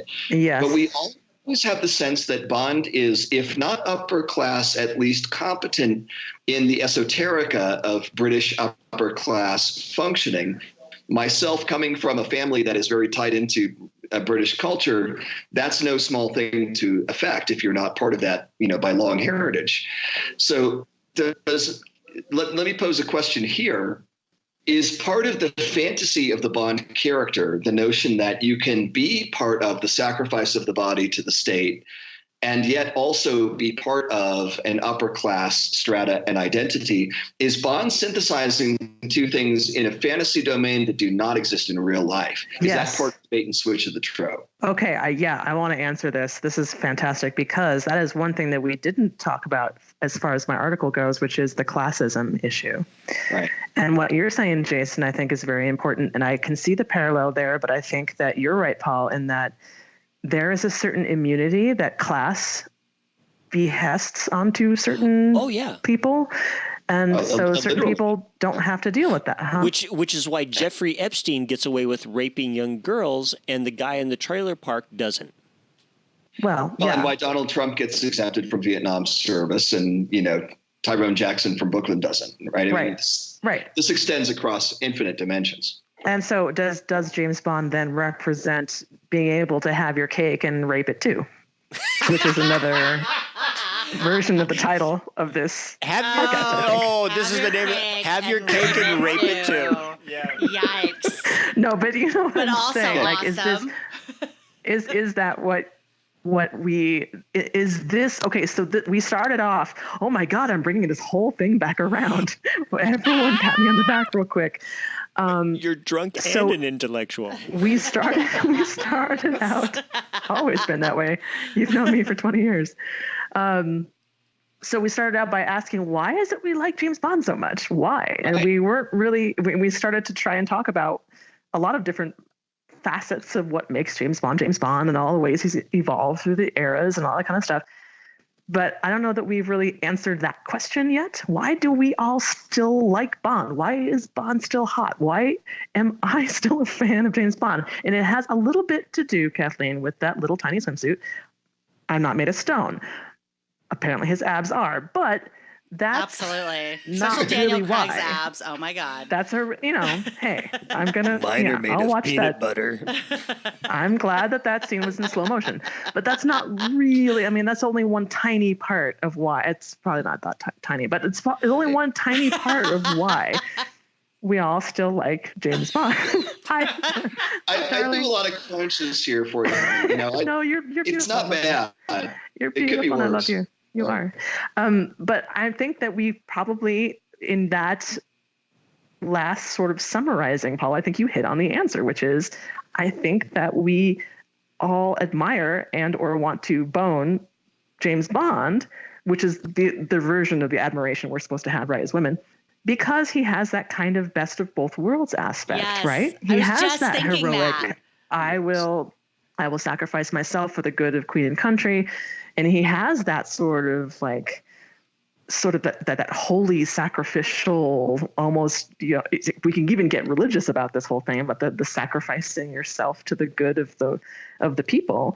But he doesn't have to, because he is upper class. And in the novels, it's there's this whole lineage that he comes from and all this kind of stuff. He comes from this sort of Scottish branch of a noble family and all this kind of stuff. So he does have aristocratic blood in his veins. So he is high class enough.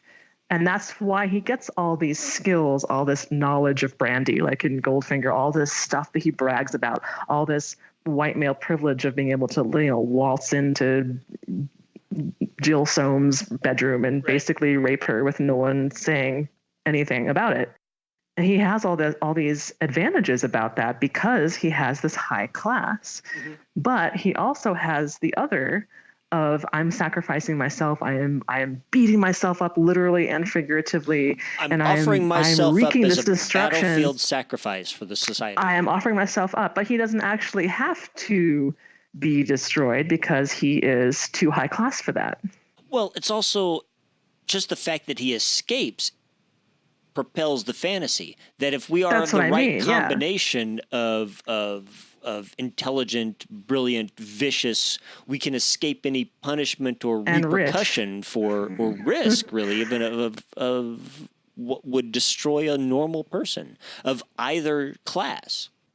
Right. So he has the sort of superhero thing of having both, the best of both worlds. And that's why he is this character that we're all supposed to admire so much, because he does both.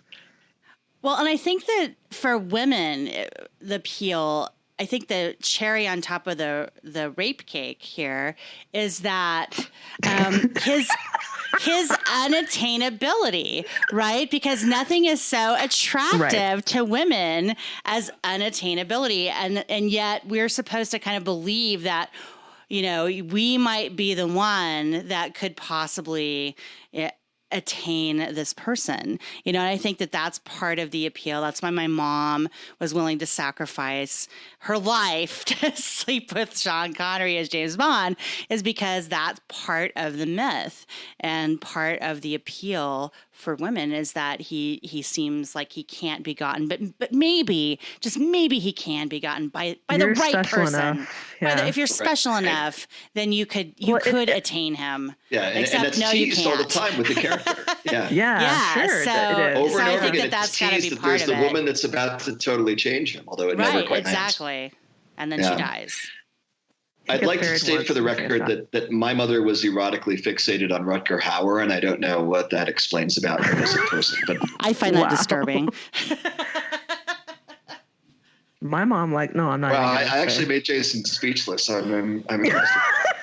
Well, it was the Rutger Hauer thing because I adore Rutger Hauer, who died recently. So not as much as my mom. Lady Hawk is probably one of my favorite movies of all time. Lady Hawk is a great film. Jen just recently had me watch Lady Hawk, and I was transfixed. Wait, say that out loud. I don't think I've seen it. She hasn't seen Lady Hawk. It's so great. I saw it, 3 weeks ago for the first time? Yeah, like last month. Yeah, I know. I can't believe that we're sitting here in a room of four people of the same generation, and you haven't seen Lady Hawk. I haven't seen Lady Hawk. He didn't see it until last month, so don't feel bad, but also go see it immediately. I don't feel bad. I have some weird gaps in my 80s movies of viewing. No, I do too. For whatever reason. That was the Jesus marriage that fucked you up. I've been filling them in. The Jesus marriage. Yeah, I had a Jesus marriage that Jason calls it the Jesus marriage that fucked me up. So. Oh no. Yeah, no, it's tragic. That's a whole nother trope, I think. Yeah, the okay. Jesus marriage. And then our next episode of the podcast is us just doing a live riff tracks-esque thing to Lady Hawk. So anyway, what to conclude about this one?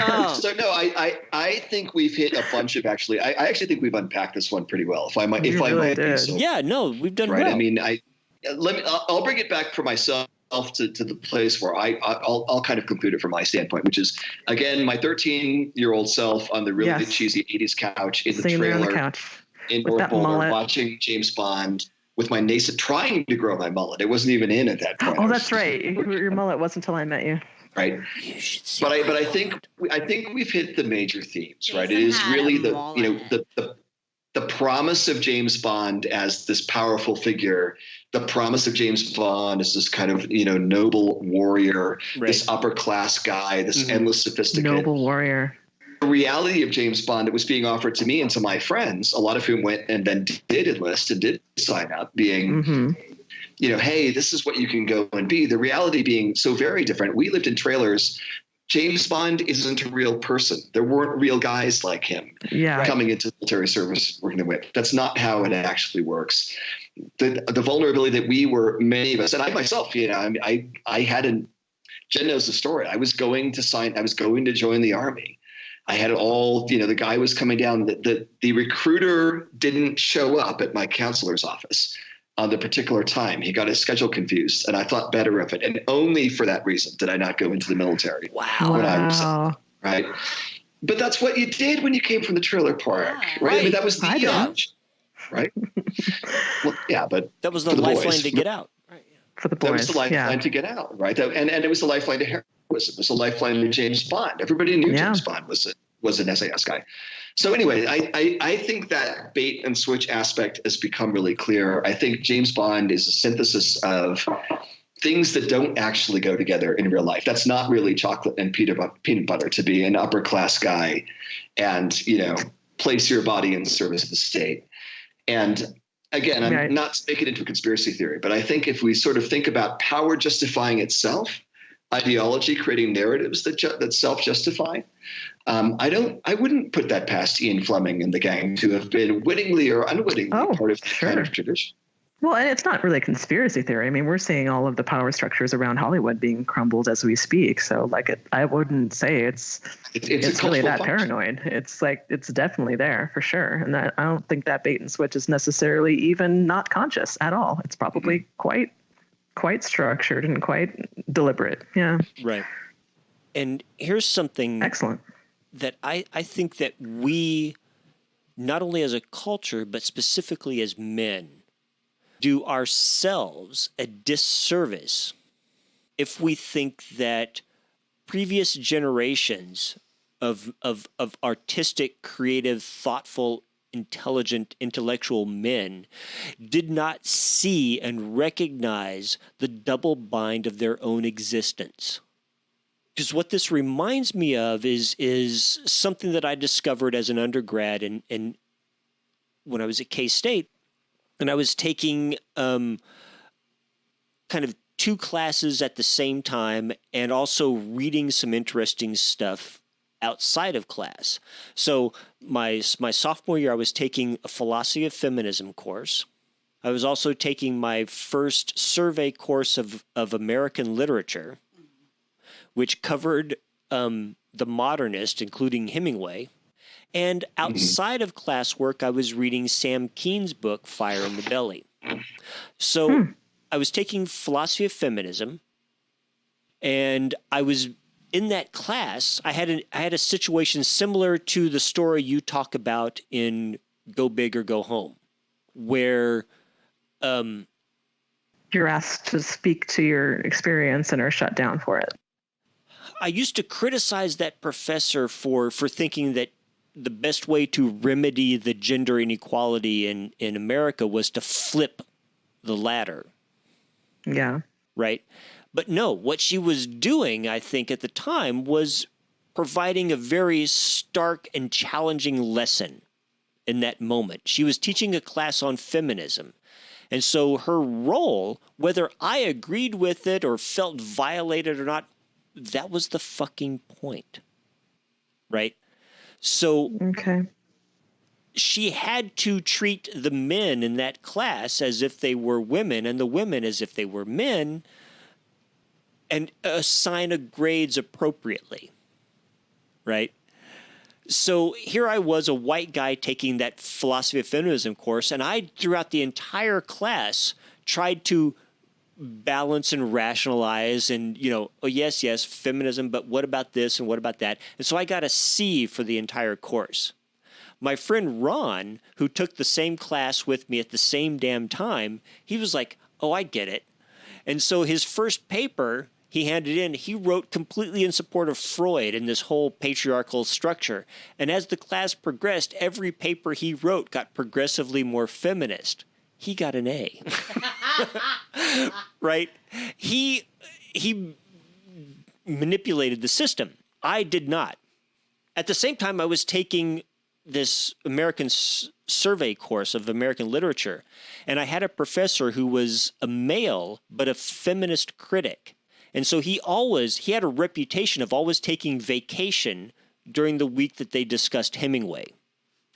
Because Hemingway was like the antithesis of feminist literary criticism. And so at the same time I was reading Sam Keene. So to kind of spite my professor, my big final paper for his class was to take Hemingway's story Fathers and Sons and reframe it as a challenge to traditional patriarchal masculinity. And I've found that because of that, because of the things that Paul has pointed out here, is that when you look back at Hemingway, you look back at previous male writers who we still value, who we still argue about, philosophers and stuff like this, even though that sometimes their language may seem sexist, we have to remember that being a male in a patriarchal male society puts you in a very confined, tight, narrow box. And we've talked about this before, about how when people try to argue for gender equality, they still end up arguing in gendered language, which kind of defeats their intent. Yeah. We have this whole problem if we look back historically. So this is why fiction is more important than nonfiction at times, because you can take a look at writers like Hemingway, and if you read him in a nonfiction sense, his language is entirely sexist. He entirely embodies exactly what feminists hate about him. But if you read his fiction metaphorically, every piece of his fiction metaphorically challenges the male stereotype. His male characters are crippled, they're weak, they're vulnerable, they're sensitive, and they're struggling to fit themselves into the male archetype and failing. Nick Adams, that moment in Fathers and Sons, that whole arc of that story is him looking at his relationship to his father and saying, I was embarrassed and ashamed to have received my father's hand-me-down underwear. And I buried it under a rock because I was ashamed of it. My father found it. He punished me for it. And so what did I do as Nick Adams? I hid in the outhouse with a shotgun, imagining killing my father. And then you juxtapose that to Nick Adams in that story, Fathers and Sons, driving in the car with his son sleeping on the bench seat next to him, and his entire perception of his son not being a good shot, not being a good hunter, has softened incredibly. He is being more gentle and more compassionate, only by degrees, yes, only by a small degree. But there is a progression.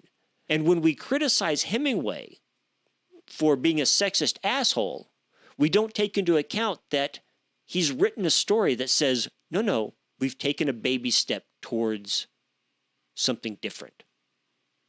So in an extra step of conclusion, then, do you feel like in order to deal with these tropes in a healthy way, we should be looking at and also creating new works in a more absolutely sort of symbolic way, and not just taking it as face value and not creating things that are that shallow either? Oh, absolutely. That's why it's important to us to take a look at the different representations of Bond between the 60s, which was Sean Connery, the 70s, which was Roger Moore, in the early 80s, Roger Moore, late 80s, Timothy Dalton, 90s and early 2000s is Pierce Brosnan. And then you have Daniel Craig.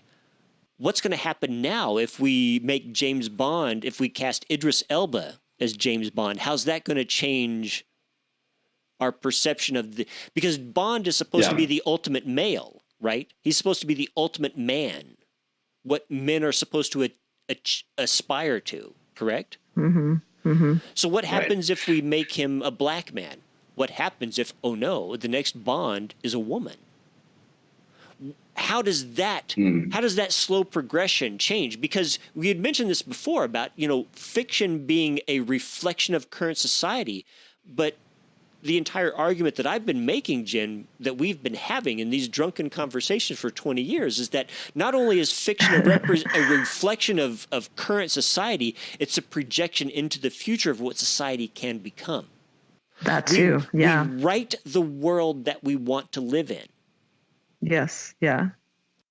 There's almost kind of a sinister way to think about that, right? I mean, if we think about Bond as an assertion, ultimately, of state control over the white male body disguised as something else, there is something not so nice about that being extended to Idris Elba. There's something about that that's not so nice about that being extended to a female character. I think it becomes very important at that point to consider what Bond is and what the message of Bond is. And if we extend the definition of what Bond can be to people of color, to women, that's an interesting thought. And it's going to be up to the creators to be able to deal with all the nuances of what that is going to then mean and be. Yeah. But I mean, in terms of if Bond's purpose is about creating sort of a mask for the requiring self-sacrifice, self-abnegation in the service of a state entity, in the service of an ideological power structure, beginning to expand that outside of the traditional mode of the white male, that's not necessarily positive. Oh, exactly. No, not at all. Oh, exactly. This whole time, and I've been thinking about antidotes to the Bond. We were talking about antidotes, and I get drunker far faster than any of you people, so I don't know how this is going to come out. But I've been thinking continually of a film called The American. George Clooney was in it. It's 2010. Do you guys know that movie at all? Yeah. No, I saw it. Yeah, so I feel like he's this assassin. He's on one last job, And I feel like he might be one of the anecdotal James Bond characters where he's on this last job. He doesn't want to do it. He's very thoughtful. He gets involved with this prostitute.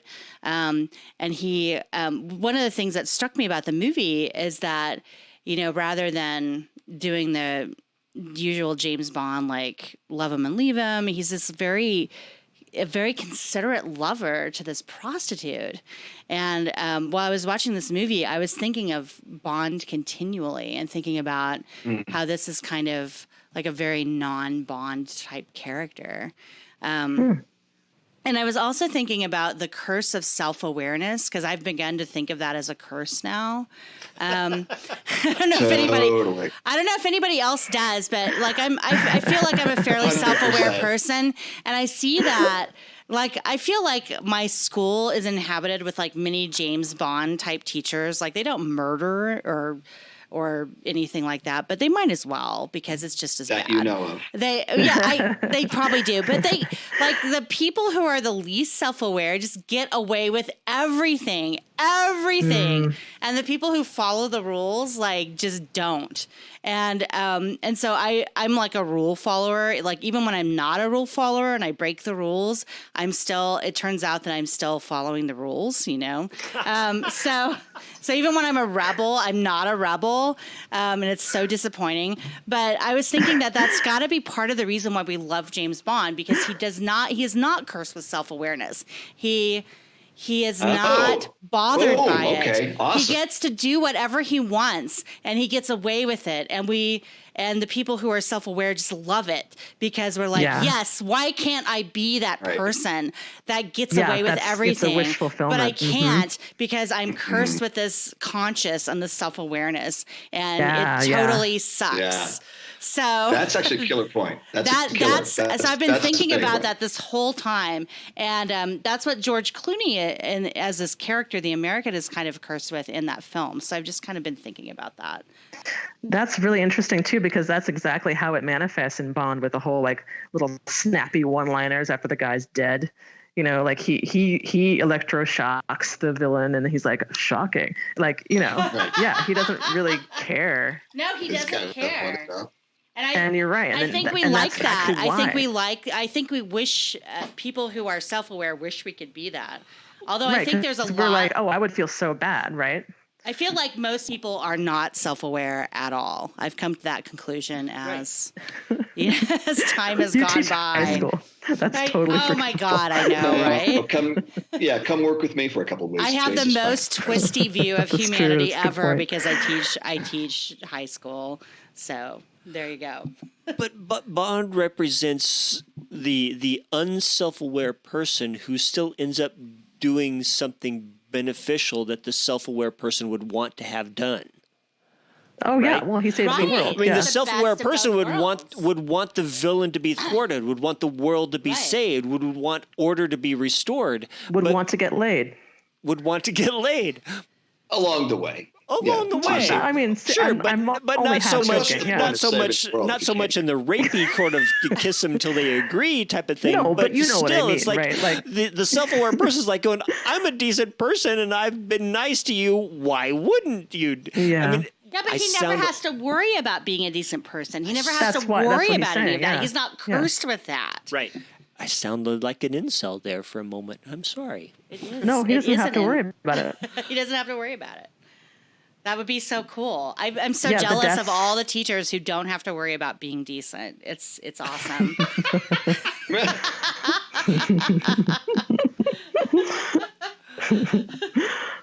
All right, so at some point in here, I want to re-engage Jason on Hemingway, but I don't want to totally fuck up the thread of the Bond thing. I think we're kind of bringing it down. I think we've had at least 3 conclusions. I think Heather can work with any number there's lots of we've stuff. already talked We've about. got 2 hours worth of material so far. Yeah, we're fine.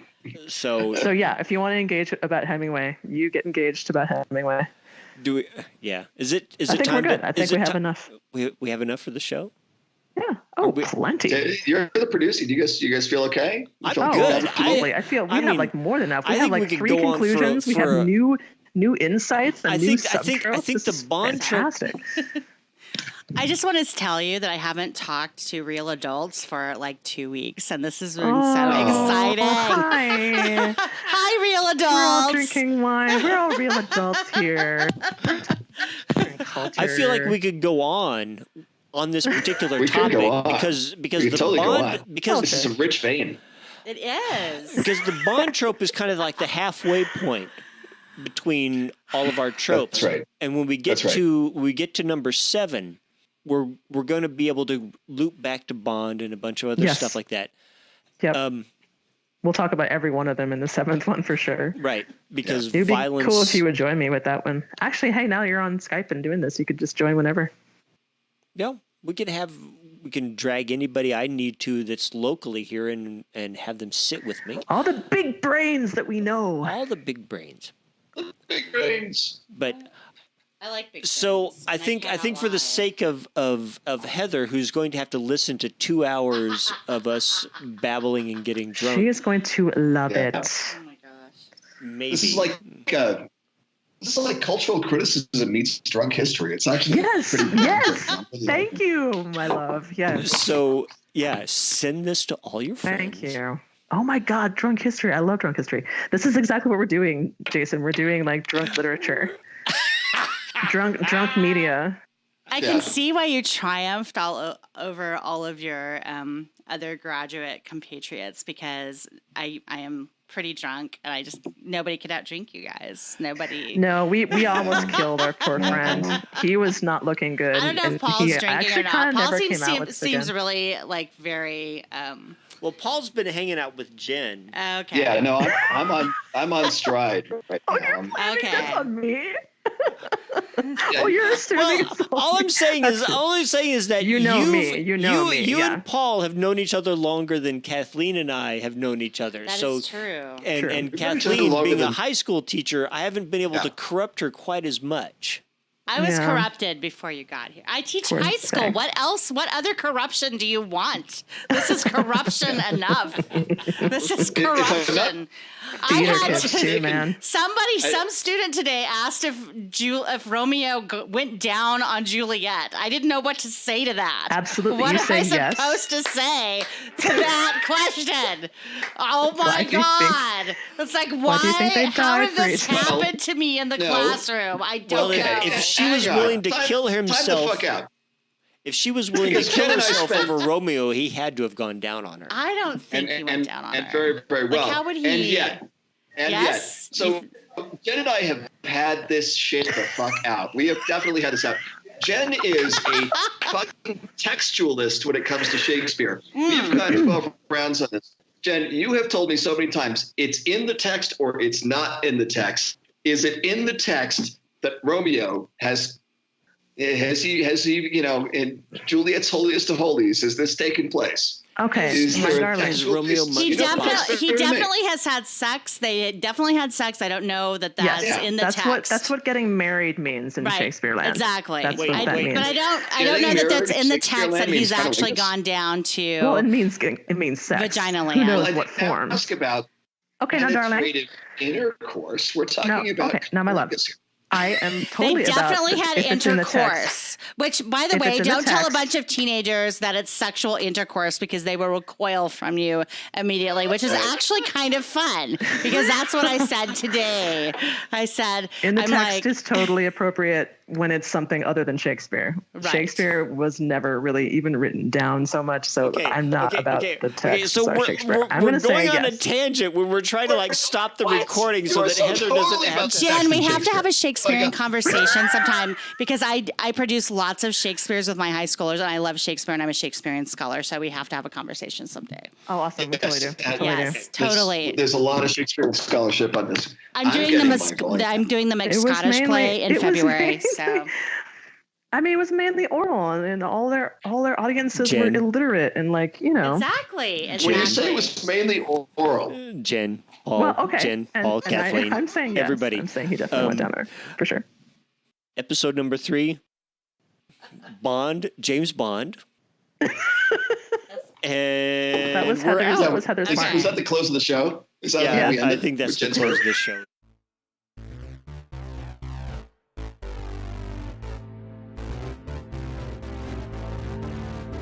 The Outrider podcast is orchestrated by me, Jason Quinn Malott, and audio production magic is performed by Heather Ann Eden. You can find the show online at jquinnmalott.com, and if you would, please hop on iTunes and give us a rating. We'll be back later in 2020 with more mini-series, live shows, and one-on-one conversations with writers, editors, and publishers. Thanks for listening.